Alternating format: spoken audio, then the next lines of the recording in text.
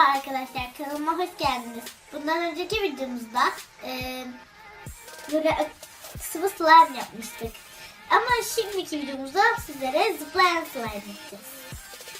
Evet arkadaşlar, şimdi sizlere malzemeleri tanıtacağım. Burada slime'ımızın zıplaması için gerekli olan zıp oyun yeri. Burada kaşığımız, lavamız. Burada yarım bardak ılık su. Burada da buraksımız var. Buraks ile şimdi böyle bir tatlı kaşığı boraks kasmaya çalışacağım. Gelmiyorlar. Bir tatlı kaşığı boraks. Ilık suyumuzu içine koyuyoruz. Neden ılık su diye sorarsanız, çünkü boraksın elimiz.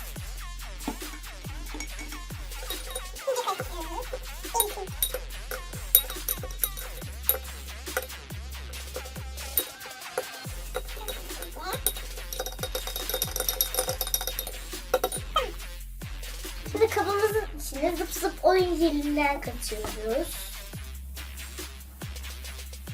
Böyle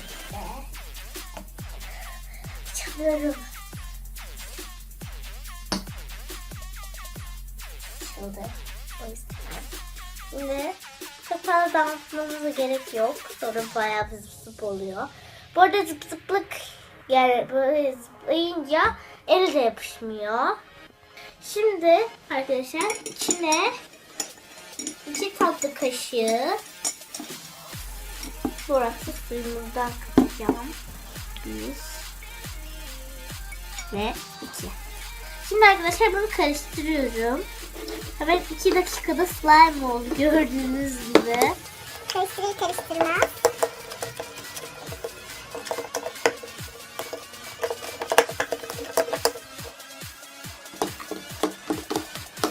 Şimdi arkadaşlar birazdan elime alıp oynamaya başlayacağım. Bakalım nasıl olmuş. Evet, çok güzel olmuş arkadaşlar. Ama evden de kayıyor.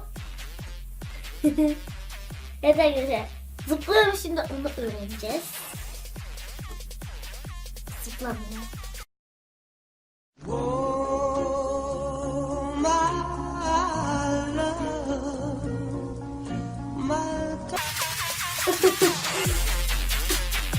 Dur, bir daha deneyeceğim. Evet, tamam. Hah, zıpladı.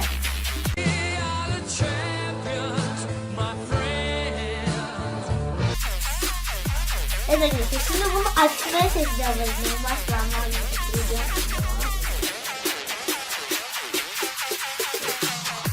Açılıyor.